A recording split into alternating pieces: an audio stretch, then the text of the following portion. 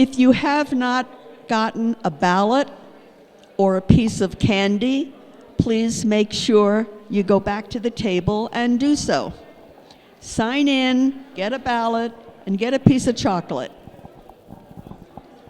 Remember ballots, this is the first time. Okay, I think we shall start now. Good evening, everybody. Happy Valentine's Day. Shh. Shh. Thank you. I'm Lorraine Zamora, president of Three Parks Independent Democrats. And happy Valentine's Day again. I'm sorry we had to take you away from your loved ones, but we're part of your family too, aren't we? Okay, so you all, I know I'm mentioning this again, but you have your ballot in your hands, the pink piece of paper. Okay. I want to thank all of you for those of you who came, but a lot of you came to our New Year's party at Street Taco, which just closed, by the way. I don't know what that means. Either we were the worst people they ever had, or I don't know.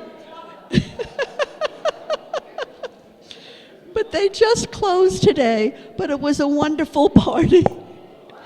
And so many of us came, and you know, it was the first time we've had a chance to really get together and schmooze where we didn't have any business going on. So that was really terrific. But anyway, here's what we have to thank you for tonight and celebrate. Tom Suozzi.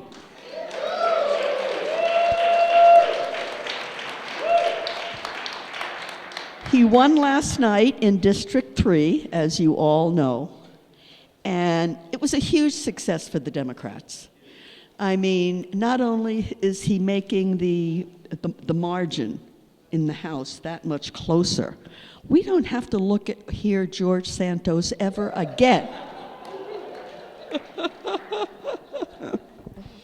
So yeah, and he put us one seat closer in the House. So I want to thank all of you.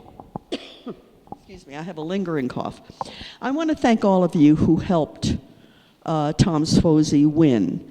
And especially, I am going to call up Lynn and Steve Max and Chuck Wall. Oh, here they are.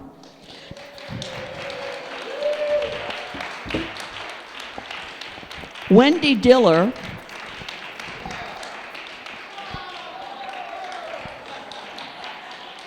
Wendy Diller was also part of this quartet that worked so hard, and she can't be here tonight, but these guys really deserve a hand. Just quickly, okay, we want to say that Three Parks, okay,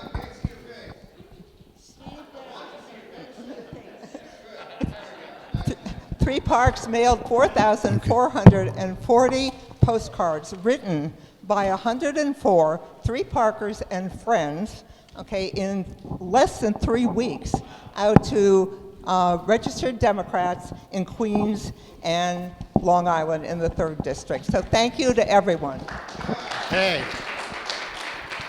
And we had scheduled 2 trips out to canvass in New Hyde Park. First one got rained out, but 8 of us made the second trip.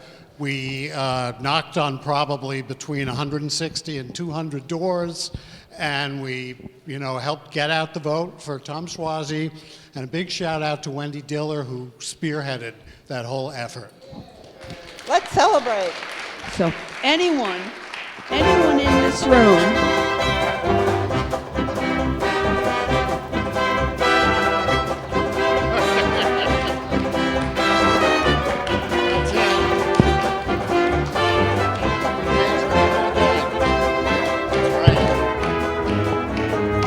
old enough to remember that? Who of you in this room either wrote a postcard or went on a canvas trip? Look at that. Bravo. Thank you. Thank you so much. Okay, tonight we have several things going on. We're still in our endorsement phase. And so tonight we're going to be voting to endorse one of the candidates you heard from at our last meeting running for state assembly. You're going to hear from congressional and Senate candidates running, and we're going to be getting nominations for judicial delegates. So first things first, we're voting to endorse a candidate to succeed Danny O'Donnell in the 69th Assembly District. Right. Now, the ballot box is going to open. It's over there. Miriam is guarding it. And she wants to make sure it's not overstuffed. And we're going to have a chance, as we do customarily at Three Parks, we're going to have a chance to hear from those of you, several of you, who would like to speak on behalf of the candidates that you heard last time. And so the ballot box will open right after they've stopped, and then it will close at 9 o'clock. Or earlier, if everyone has had a chance to vote, we can close the ballot box then. So we'll do it according to however it suits you.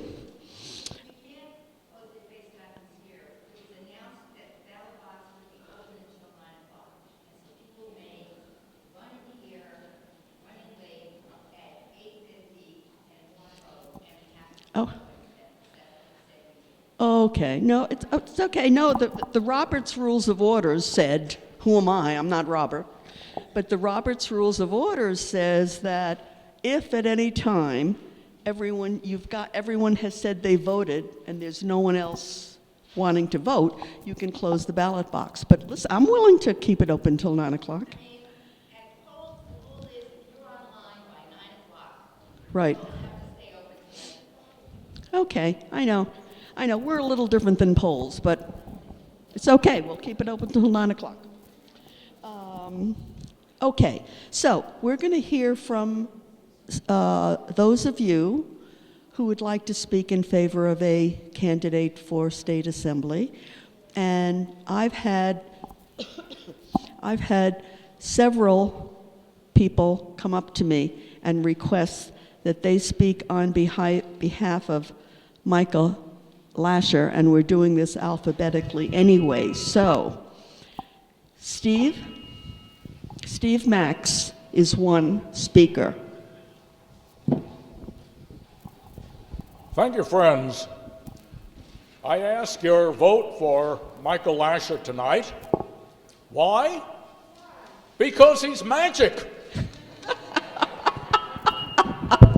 Yes, here's his book, The Magic of Michael Lasher.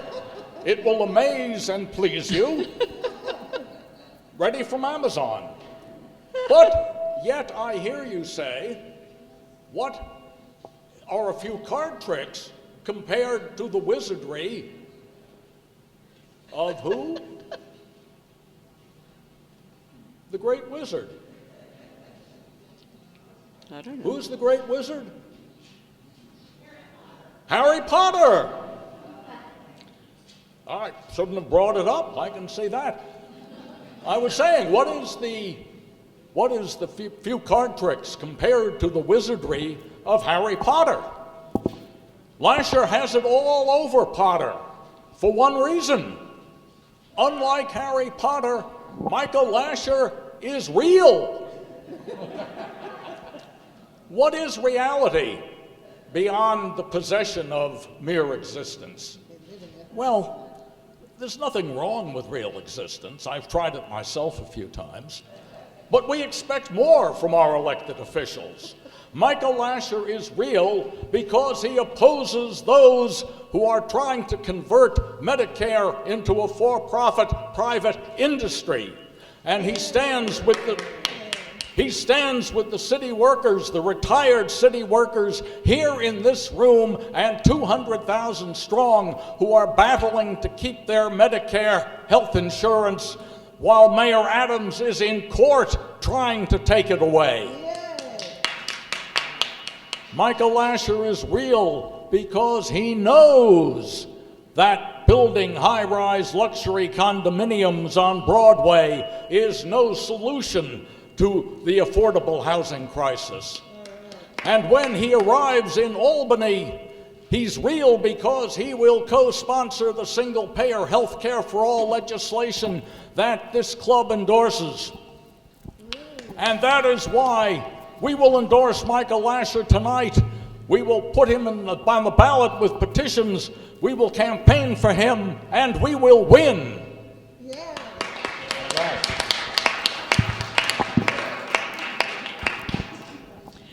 Elizabeth Kellner.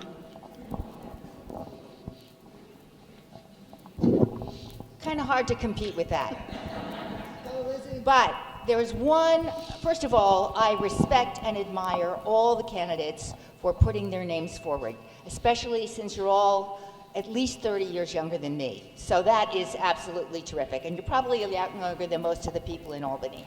But what I want to talk about is what I see as the major advantage that Michael Lasher would have as our representative. First of all, you should all know the 69th Assembly District is one of the highest turnout, most politically engaged assembly districts in the state.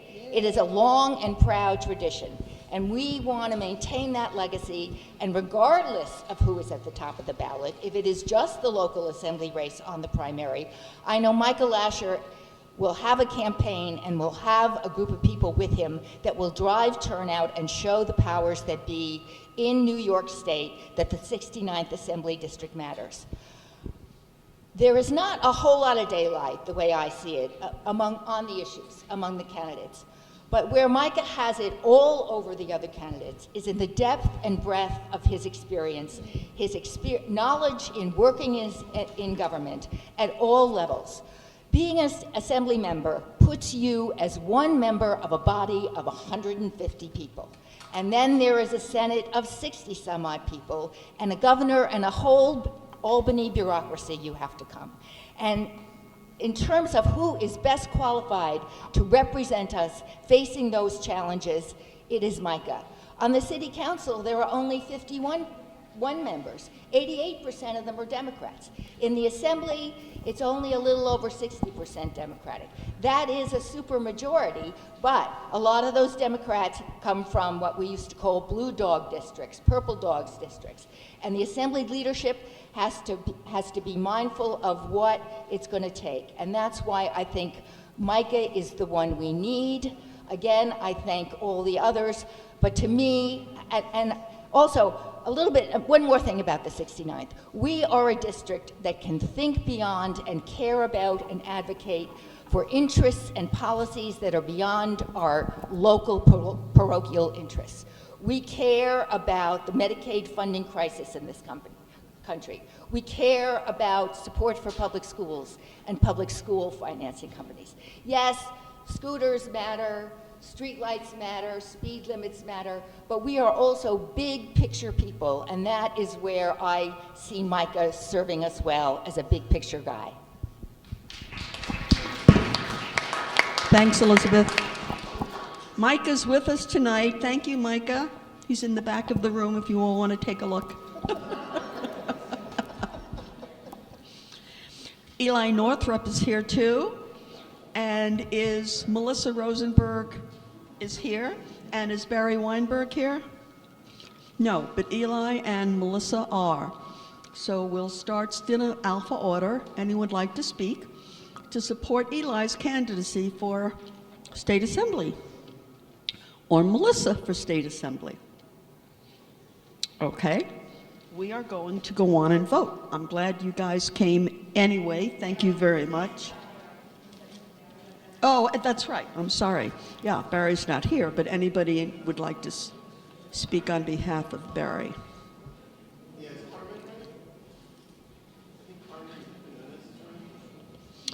She is, but she did not attend our last meeting. So.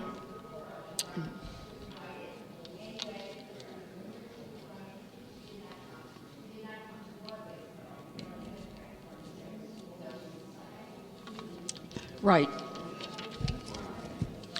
But her name is on the ballot, right? We put her name on the ballot, right, right. Okay. Okay, so, let's see, are we ready to vote? So the ballot opens, what time are we at? 7:52. 7:52. The ballot box is open and will remain open till 9 o'clock. And as you go ahead and drop your ballot in the ballot box, we will proceed with our meeting. Now, tonight, we have invited congressional and Senate candidates that are running this year. Adriano Espaillat was unable to attend, and he's not able to send a surrogate. Kirsten Gillibrand is unable to attend, and she's not sending a delegate. Jerry Nadler is not able to attend, but he is sending a delegate. Rob Godheim, you are up. Want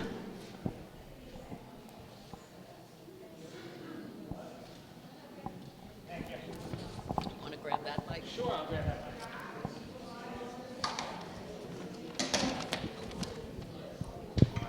Good evening, everybody. Can you hear me? I'm here on behalf of Congressman Nadler. Thank you.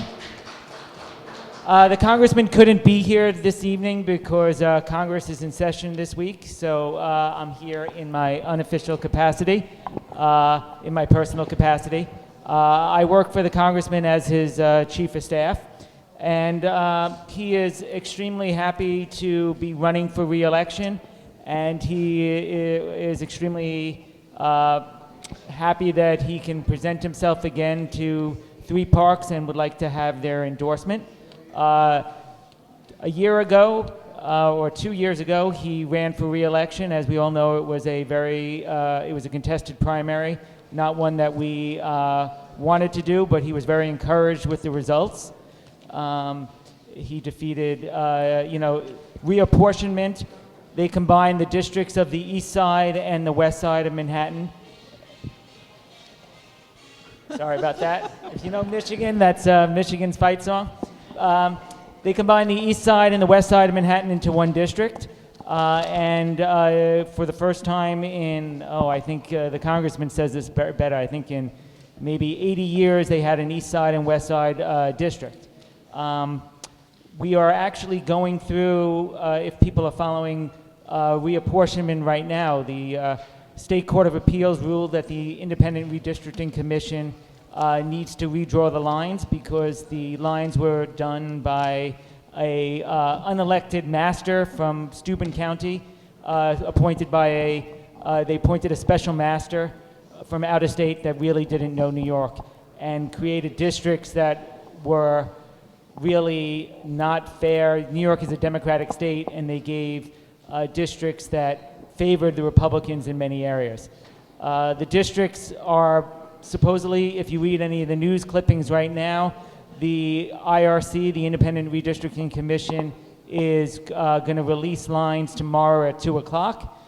We don't expect major changes here in New York City. The congressman's district is probably going to be basically the same, maybe some changes on the borders. Maybe he'll go a little bit further north, but it's basically going to be an east-west district.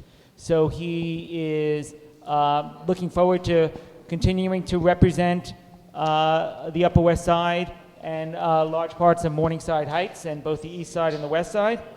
I'm happy to just say a couple of things he's been working on, and then happy to take some questions if that's what you would like. He is running unopposed, which is something that he's very happy about. It shows that he has a lot of support in the district, and it enables him and others and everybody like this club to focus our energy on and our money on places around the country to take back the House. We must take back the House. You see what's happening in Congress is they really don't, it's a MAGA Republican Trump party where they don't want to get anything done. We need to pass aid for the Palestinians. They don't want to do that. We need to support the Ukraine They don't want to do that. We need to support Taiwan. They don't want to do that. All they want to do is play games. All they wanted to, and the Kurds. I didn't mean to be.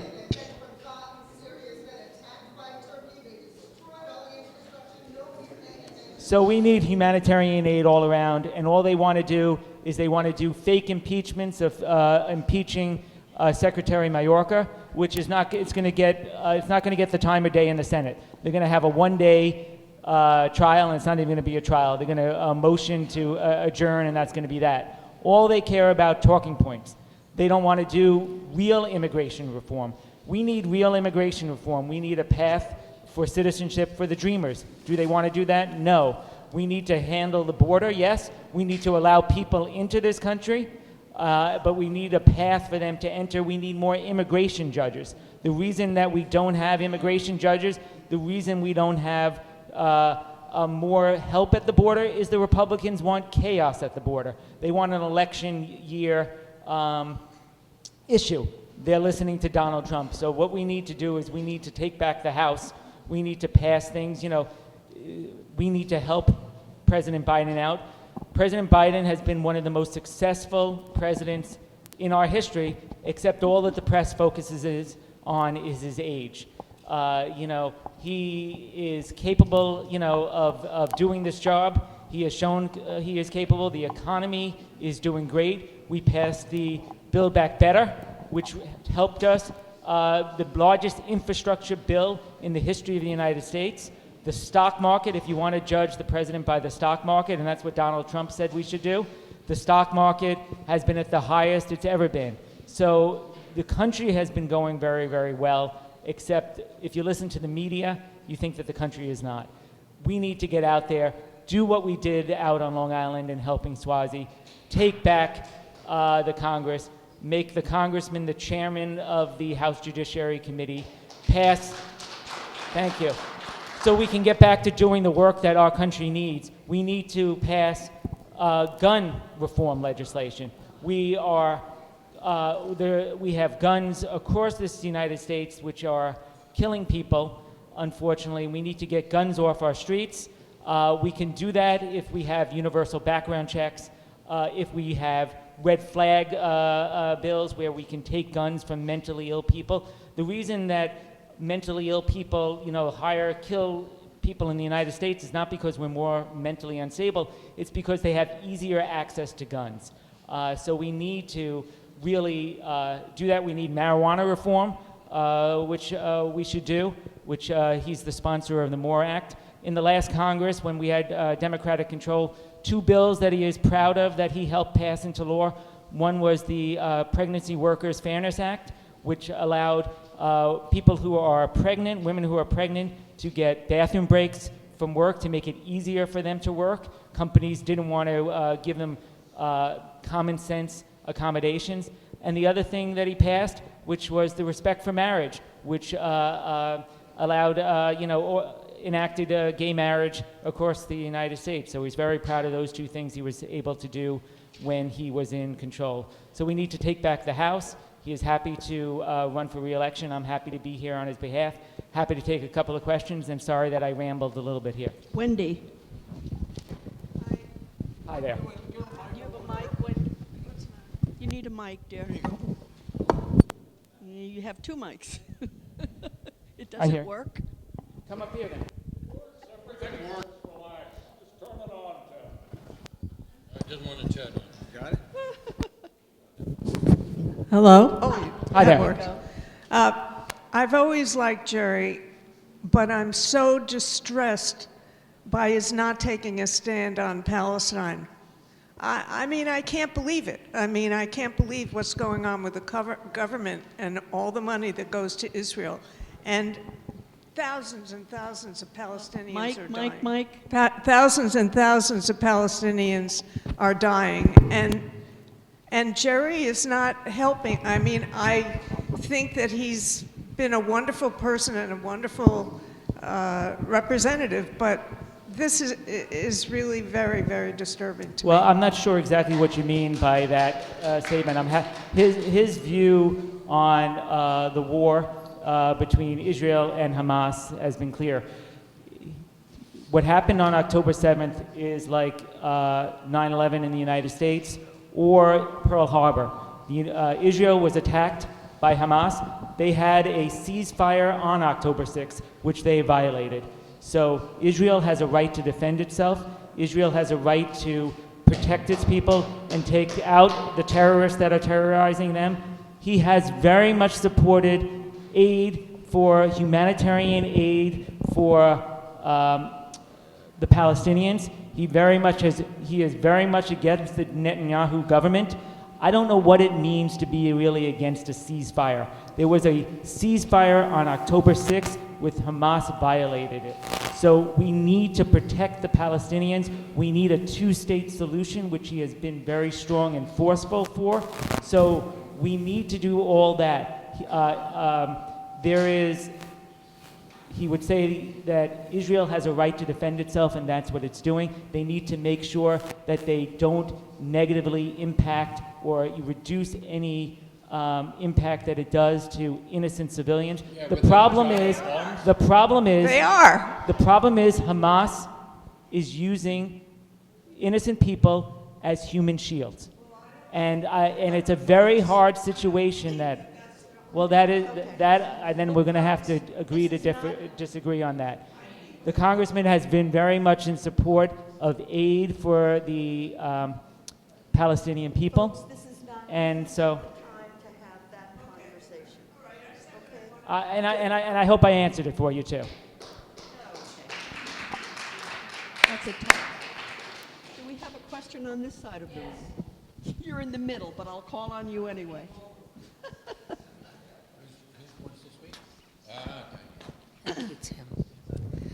Rob, thank you very much for speaking on behalf of the congressman. No problem, thank you. There's one thing that I wanted to add to all of the list of accomplishments that you said, is Jerry Nadler has never voted for a free trade agreement, which is a misnomer. It's been a disaster all around the world for all kinds of different reasons, and that is one of the reasons that I am so proud to call him our congressman. Thank you. He's been always against the free trade agreements because whether it was NAFTA or anything, because if it was really free trade, it would be a very small agreement. These are not, NAFTA is a very, very thick agreement, very long, and a free trade agreement would say once the wages reach a certain level, then you would get rid of the tariffs. But frankly, what it does is it exports American jobs. So, until you have the same wages as in the United States as they are in Mexico, then you shouldn't have these free trade agreements. So he's been very much against all these type of agreements. I want to thank you for coming to. Is my mic? Happy to come. Yes. Now it's on. Okay. Go Thank ahead. you. Thank Last question. Yeah, speaking of trade, not enough on the news or anywhere are they talking about the problems in the Red Sea, where Putin is supporting the overthrow of the Sudanese government, which will give Putin control of the Red Sea, which will be disastrous for inflation, supplies. It's going to the world over. And I'm just troubled that hardly anybody is mentioning that. Everything is Israel and Gaza, but the Sudan... The war in the Ukraine and the fight against Vladimir Putin is really a fight for freedom and democracy around the world. Because we're not just fighting in the Ukraine, because Poland is next, Finland is next, and you saw, or I don't know if people looked at or heard the Tucker Carlson interview that he did with Vladimir Putin the other day. Putin is a dictator, and he has said exactly what he wants to do. He does not want, he wants to take over all of Ukraine. And if you think he's going to stop there, he's not. He is supporting, both North Korea, supporting in Sudan, supporting, Iran. So it is not just a threat to democracy; it's a threat to free trade. And what's happening, we have to, if we don't support the Ukrainians in their fight, unfortunately, we may have a fight on our hands, and we really don't want that. Yeah, no, So that's the fine. Ukrainians are doing us a service. We need to do everything possible to support them. And unfortunately, it's not on the front pages of the news anymore because you hear other things. But we need to support our allies who are doing this fight because it's really a fight for democracy around the world, Yeah, no, that's including the Kurds. Yes, I'm not. no, no, I that's- don't mean to Okay. say That's not the true. Kurds either. We need to support Taiwan, because if we're not supporting Taiwan, China and what China is doing in the Pacific there, in the South China Sea, and what they want to do and control, and what they want to do with Taiwan, they will use. They will. We should all be scared of a conventional war of them invading Taiwan and threatening, and you have North Korea too with invading South Korea too. So, unfortunately, Okay. we are in the world Thank has you. unfortunately been in a very unsafe place. It's unsafe with Iran too. Iran with Trump pulling us out of the Iran nuclear deal has made us unsafe. They are as close to getting nuclear weapons as ever were before, and we have no idea if they have the fissionable material, and it's just a scary thought of what we're facing around the world. Thank you very much, Rob Gottheim, on behalf of Jerry Nadler. Thanks for being here. So there are there are 3 congressional candidates, right? Okay. And there are 2 state senate candidates. Cordell Clear is not able to attend our meeting tonight. She's in Albany in a budget meeting, and she did not send a surrogate. But we do have Brad Hoylman Siegel. Hello, Senator.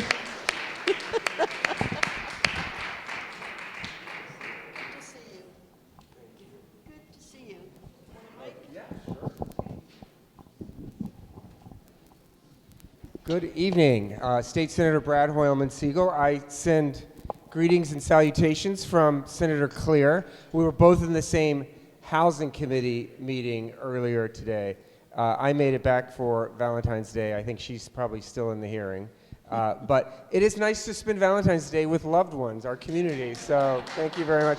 And let me just say, 4,440 postcards. That is Yep. a round of applause for the postcards for Swazi. That's really impressive, and I think we saw some dividends last night. 8 points of victory, a pathway to how Democrats, particularly in the suburbs, might be able to win. As you know, I represent the 47th Senate District. Very honored to have represented you for the last 2 years. The district runs from Christopher Street all the way up here to 103, or as my team likes to say, because it begins on Christopher Street, heart of the village, from the gay bars to Zay bars and a little bit beyond. But it's been an eventful session for the last 2 years, but I'm really eager to begin the new one once we get the elections underway. There's a lot of excitement and enthusiasm, not only in this club, but all across the state. I'm really proud to have played a role in making certain that tomorrow, hopefully, we get a set of maps from the Independent Redistricting Commission that finally resets our congressional map in a way that puts Democrats where they should be, in the driver's seat in New York State. So that, I think, is an effort thanks to Chief Judge Rowan Wilson and that new majority on the Court of Appeals. And as you may know, as Senate Judiciary Chair, I helped shepherd Rowan Wilson's nomination through the Senate. So very, very happy about that. We're now negotiating, as Cordell is doing probably as we speak, the $233 billion state budget. There's a lot in there, housing, hate crimes, mass transit, social services. It's a pretty good budget. We're going to make some tweaks, as legislators always do, but we come into it with a budget surplus, which is I'm very thankful about. Legislatively, I'm going to be working on issues like medical aid and dying this session. We're just a few senators short from having a majority on that bill. I picked up one today. Rachel May from Syracuse is now going to be a co-sponsor. As you may know, medical aid and dying is an opportunity for individuals who have a terminal illness to hasten their death in their suffering for themselves and their families. 10 states and the District of Columbia have it. New York does not. New Jersey has had a program that has worked really well with all the safeguards. Ours is even going to be better, I can guarantee you that, and I'm very excited about that. Yesterday, I was championing more money for immigrant legal services because immigrants do not have, in the main, attorneys when they face immigration and they face deportation. We need to change that in the state of New York. We have a plan to get immigration lawyers. And then finally, part of my ambit, I think, has been access to justice as chair of the Judiciary Committee. I'm very proud of the work we've done on passing the Child Victims Act and the Adult Survivors Act, giving individuals who have been sexually abused more time to go to court, confront their abusers and the institutions that may have covered up their abuse, and making certain that they get adequate compensation for the pain and trauma that they've suffered, as well as pointing out to law enforcement that there are still many abusers in these institutional settings that still could have access to victims, including children. That's just a few things I'm working on, but what's most important is that we have great partners in Albany, and most certainly 3 parks I would include in that. I'm looking forward to petitioning. I'm looking forward to being at subway stations. Bless you. I know. I'm slightly twisted in my head, but I think that's what makes Rob and I special. Rob is a demonic petitioner. I think everybody knows that. And so eager to start that with you, and very grateful to be here tonight. Thank you very much. Our pleasure. Will you take a question or two? Yeah, I'll take some questions. Okay. Judy?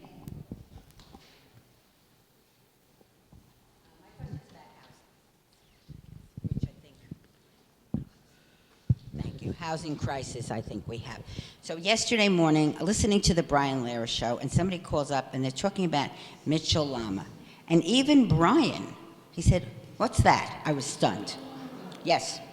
And so the person told him about these 2 state legislators, Mitchell and Lama, who made this. And I say, do it again.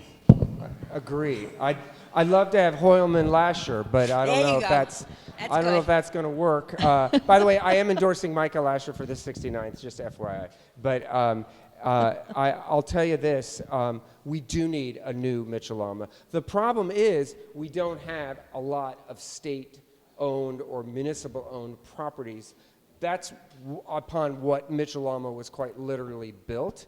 That said, the governor has a very innovative plan to build housing on formerly owned state-used properties like correctional facilities. We also need to, I think, take a page out of California and force suburban municipalities that have kept housing out of their districts for a lot of unsavory reasons, including racism, and force them into housing. The governor has an incentive. Thank you. Yes. The governor has an incentive program, but I think that's the first step in forcing housing, including an innovative plan that I've recently signed on to called God in My Backyard, that would allow religious institutions some leeway to build housing on their grounds across the state. So looking forward to that. But certainly, also, that cannot be lost in this equation are renters and folks who are currently in their housing and are facing enormous pressures, including skyrocketing rents. And that's why good cause eviction has to be part of any housing package that we pass in Albany.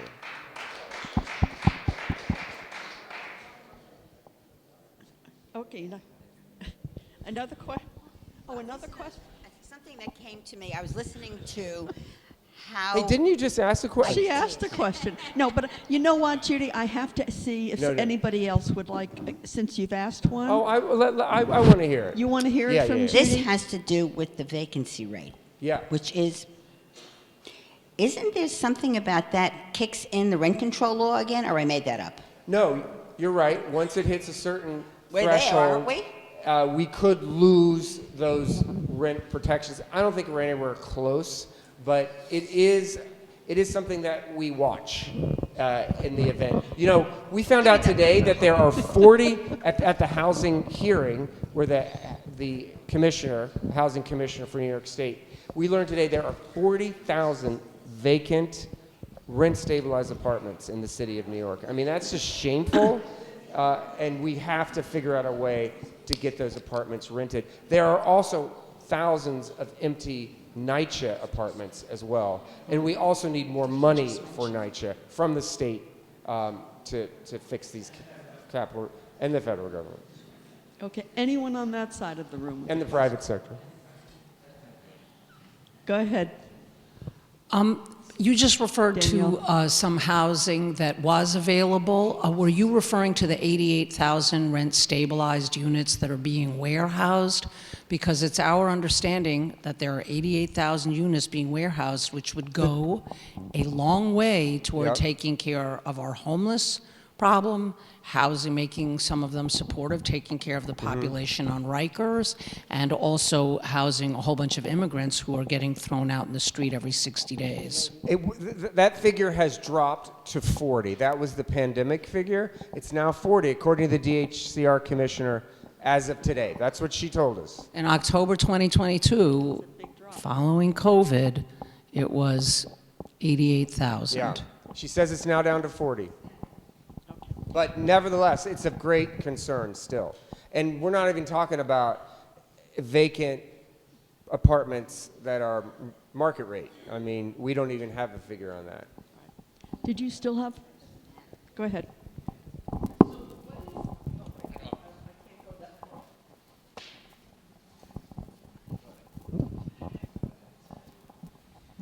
There are 40,000 empty apartments in the city, and we have 100,000 people who go to sleep homeless every night. So why are those apartments remaining? Why haven't, I don't understand. Yeah, it's... Why is the question. And we asked that, and there's not a good reason why we haven't been able to force landlords to rent those apartments. There's not a good reason. I think we need a legislative solution if the governor's office isn't going to do it through DHCR. And that was the conversation we had today with the commissioner. So landlords can simply keep apartments off the market?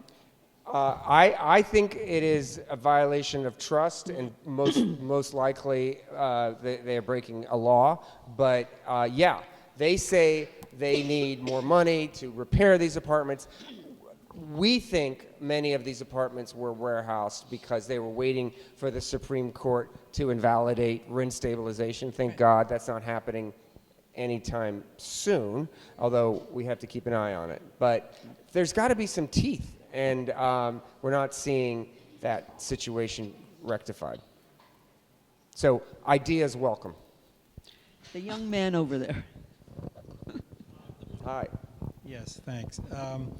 In reference to the NIMBY attitudes that you referred to a couple of minutes ago, how do we counter that without then doing too many favors to developers who really have no intention whatsoever of building affordable housing? I think you have to put in affordability requirements, as we have done with some programs, some more successfully than others. 421A, we're revisiting that, but we need greater affordability and certainly greater transparency when you use a tax incentive to build affordable.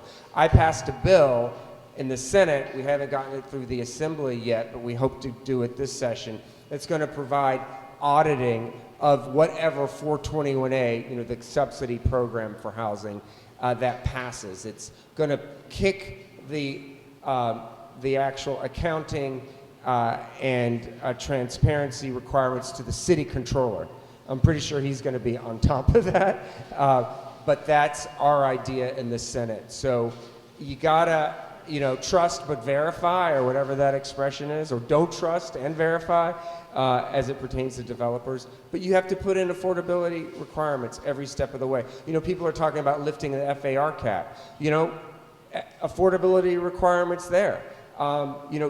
It's like mandatory inclusionary housing. A city program has required affordability requirements. I think that's how you do it. But you do have to also unleash, the ability for the private market to build. So that's part of the governor's proposal, and the Senate's looking at the same. I'm working closely with Assemblywoman Rosenthal. We have a housing work group. We reached an agreement tentatively at the end of last session.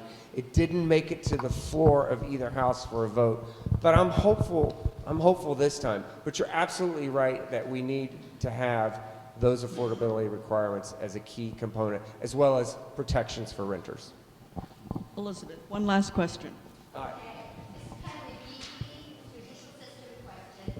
I know increasing the number of Supreme Court slots is a priority of yours, because our courts have a huge backlog. So a lot of people don't get what that means for everyday life, but if you could speak to that. Yeah, we have a formula to fill Supreme Court vacancies, and there's a cap on the number per district. And it was created the formula was drawn up in 1925.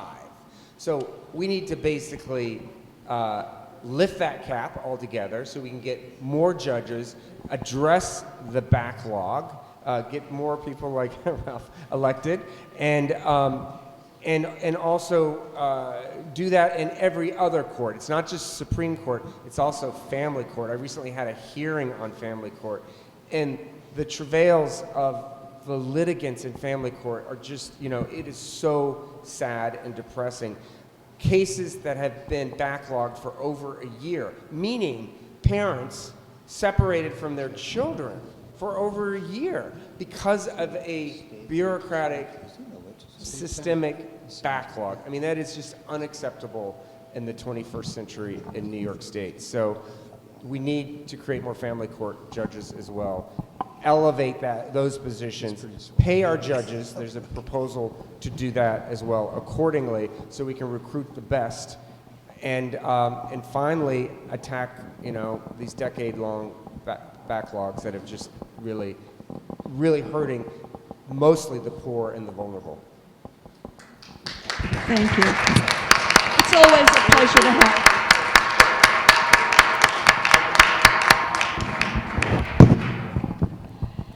Okay, and now our own, I think I'm sure you know, Teresa Cantor is succeeding Cynthia Doty as district leader, and we will be voting to endorse her next week, and she's here to speak to us tonight. Teresa?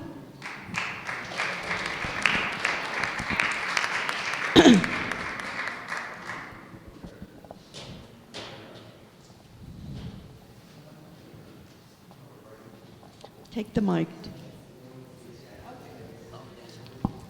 Hello, everybody. I'm going to make this fairly short since I was just elected on October the 11th last year, and elected district leader female by the county committee, 69 Assembly District. Oh, you can't? Hold. Okay, can you hear me now? All right. Okay, so you heard what I just said, though, right? Okay, so the reason why I was elected district leader female was due to the vacancy that was left by Cynthia's tragic and unexpected passing. So now I am coming before all of you as members of the club to ask you for your support and your endorsement so I can continue the current term as district leader. Most of you, I think, know me as I have been a member for more than 30 years of 3 parks. And in all those years, I have been consistent with my commitment, my attendance, and my service to the club and to the membership. So during this time, 26 years on the board, I've been president, treasurer, vice president, first and second, a membership director, judicial delegate, and just as importantly, picnic coordinator for 14 years. I look forward to continue to work with my co-leader, Dan Cohen, and okay, get a hand. And I can assure you that we will always prioritize the best interests of Three Parks and also of the community that we live in here on the Upper West Side. We will make sure that we fight for affordable housing, that we continue to deal with quality of life issues, and that we will always give voice to progressive causes, and also support candidates with the experience and the integrity that we want to see in office, okay? And that also reminds me that Dan is going to talk about petitioning soon, because that's what we do for our endorsed candidates. Also, so with your help and support, and with my experience in campaigning and fundraising, I will continue in my goal to make Three Parks a known presence, even more so than they are now in the New York City county politics. And working with all of you together, I look forward to campaigning and petitioning for all of our endorsed candidates. And this is such an important political year, so we need to really work together, get all of our friends and families involved as we move forward to the presidential election. Okay. Thank you very much for your support.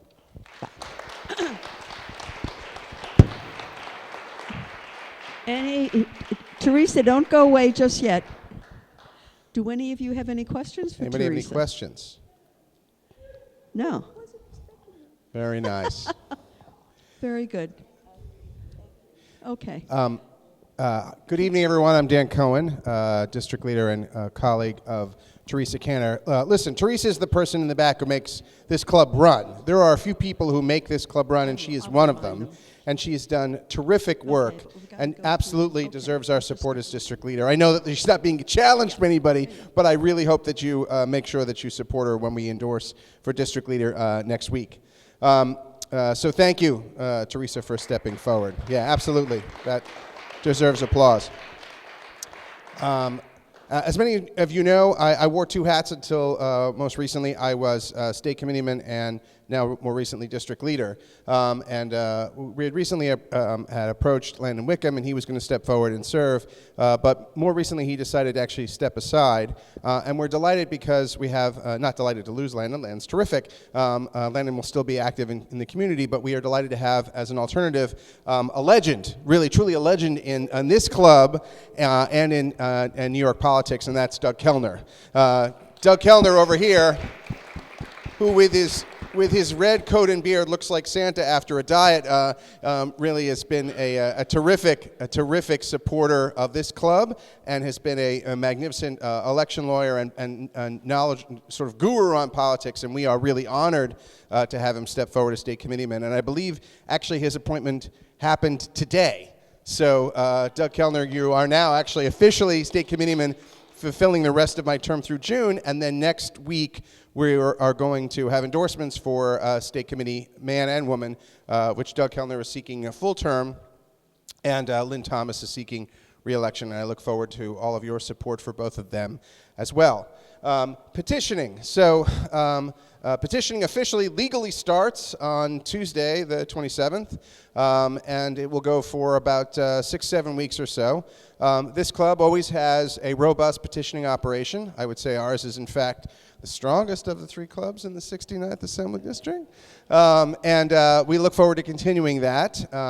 We will be announcing a plan for petitioning very shortly. We'll send out an email blast and come up with a schedule. As we typically do, we're going to be out on weekends supporting our entire slate.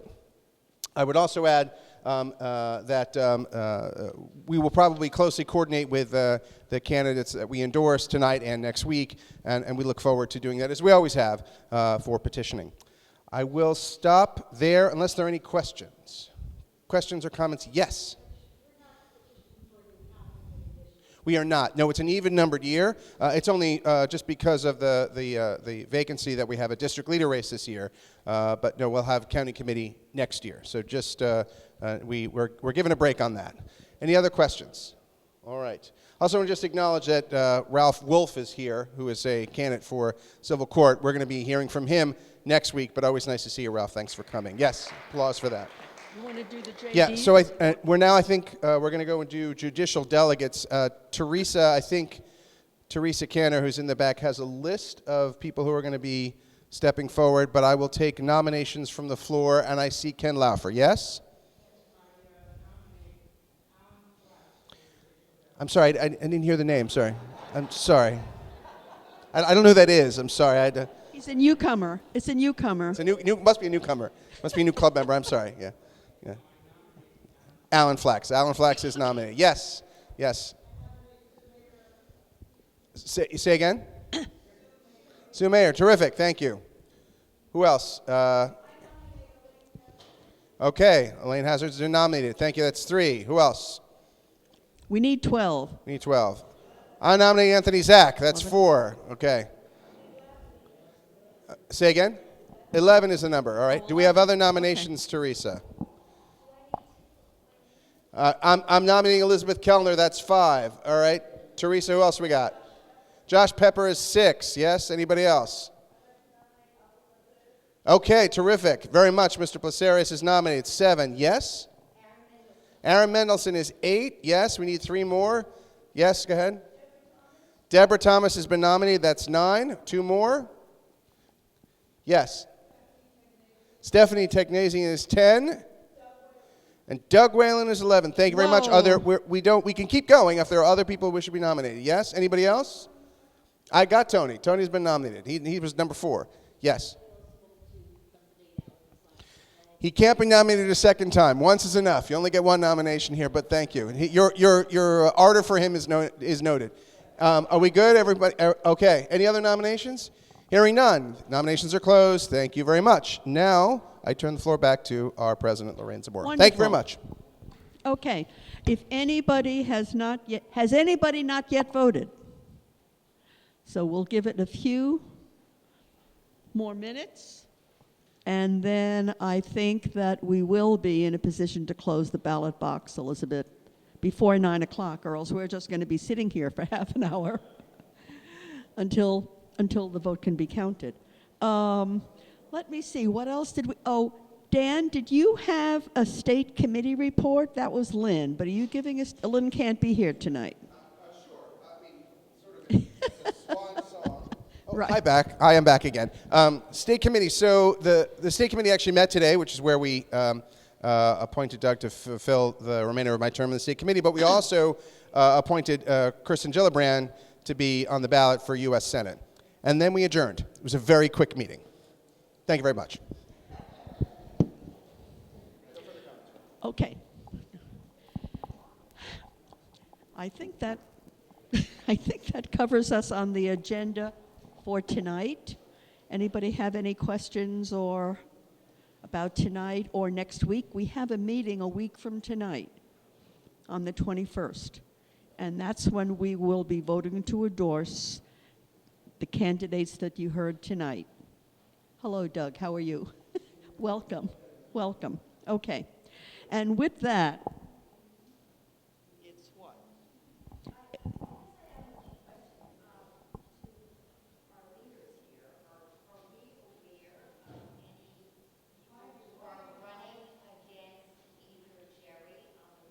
Yeah, I know. Not that we know of yet. If they're unopposed.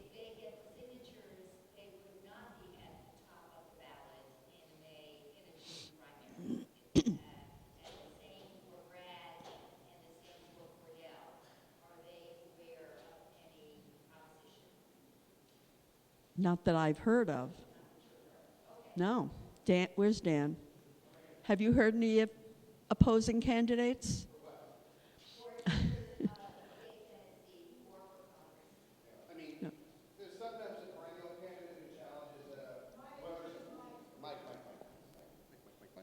So periodically, there are candidates who challenge in the Harlem seat. Cordell Clare is running for re-election, and she may get an opponent. I don't think that will be a likely strong or credible opponent, so I suspect she probably will be, if she is opposed, it will be by sort of someone kind of a fringe. Yes, is it Elizabeth? Yeah.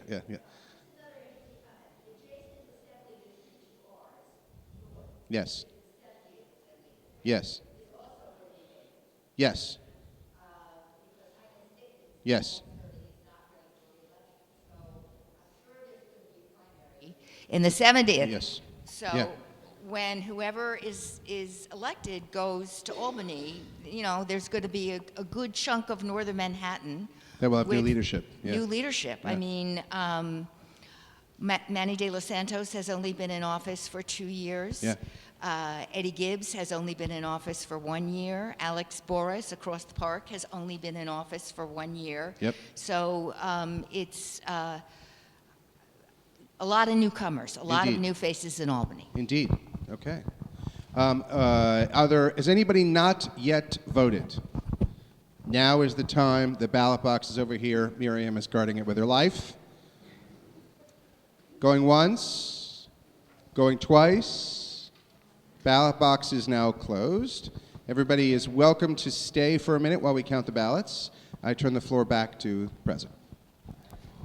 It will be Dan and Teresa counting the ballots because we trust them so implicitly, right? And if they need anybody else to help, they will ask for help. Anyone is welcome to watch. Yeah, that's exciting. Next week, just to let you know who we will have here speaking as candidates. We're going to be voting for the congressional and state candidates. We're going to be hearing from candidates for civil court judge. We're going to hear from the male and female candidates for the state committee, which is Doug Kellner and Lynn Thomas. And we will be hearing from the judicial delegates. So that's the lineup for a week from tonight. Another busy night, another vote to endorse. So I hope you can come. It's 2 weeks in a row, but it's extremely important. So now, anyone else, should we just shoot the breeze, or does anybody else have anything to say while we wait for the votes to be counted? Alan?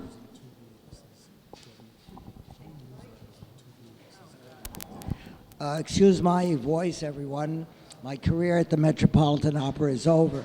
Alan Flax. The County Judiciary Committee establishes screening panels for judgeship, and the panel reported out lawyers for civil court vacancies. They could have reported 15. They reported 10, which is rather interesting that many applicants didn't make the cut. But just for your information, and then Philip about what's wrong with this, they chose Harold Baer, Ilona Coleman, Allison Greenfield, who's the law clerk to Judge Gorin. She's come under fire, you know, from the Trump people. Malaika Scott McLaughlin, Elizabeth Shamus, Mark Shawhan, Alice Tam Tien, Ralph Wolf, I think I saw him here today, Eric Werstron, and Crystal Villaseñor. What's wrong is that the district leaders, comprising what's called the executive committee, and there are around 70 or 72 of them, they meet and they choose whom they want, and in effect force out the other candidates and leave us with no choice except hand-picked choices of the political leaders. That's something we try to avoid, but the other candidates are afraid to go against the choices of the district leaders. It should be up to us. Anyway, that's the story on that. I don't recall, but I know they recall for countywide, Allison Greenfield, law clerk to Judge Gorin, who's been in the news. And for the second district, it looks like Mark Sharhan, Jerry Lebowitz's law clerk. And I don't recall. Do you know? Pardon me? Oh, Malika Scott-McLaughlin. 3 different ethnic names. And is there anyone else? Pardon me? No. Thank you, Douglas. Thank you, Alan. Okay, so we shall just wait and see. It shouldn't take very long.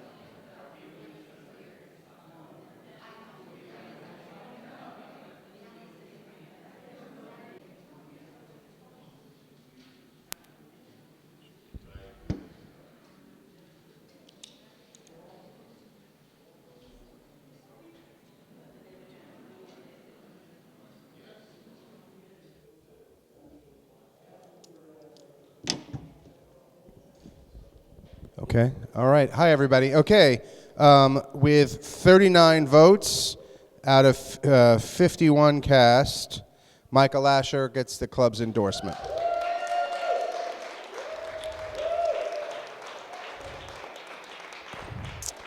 Michael, come on down if you want to say a word. Oh, all right, so the other candidates, Eli Northrup with 6, Barry with 4, Melissa with 1, Carmen with 1. Thank you.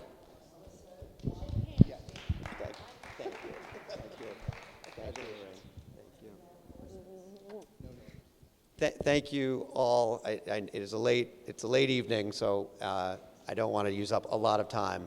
I just want to say I feel so grateful to the members of this club. I've gotten to know many of you over now a decade or more, and this feels just like a great partnership that I look forward to in this campaign, and if I'm fortunate enough to get elected on a lot of important issues that are important to this club. So I really hope I will make you proud in the years ahead. So thank you. Congratulations. And Barry, for speaking last time, for being here this week, and we wish you all the good luck in all your endeavors. Okay, is that it for the night? Move to adjourn. Woo! Move to adjourn. Happy Valentine's Day, everybody.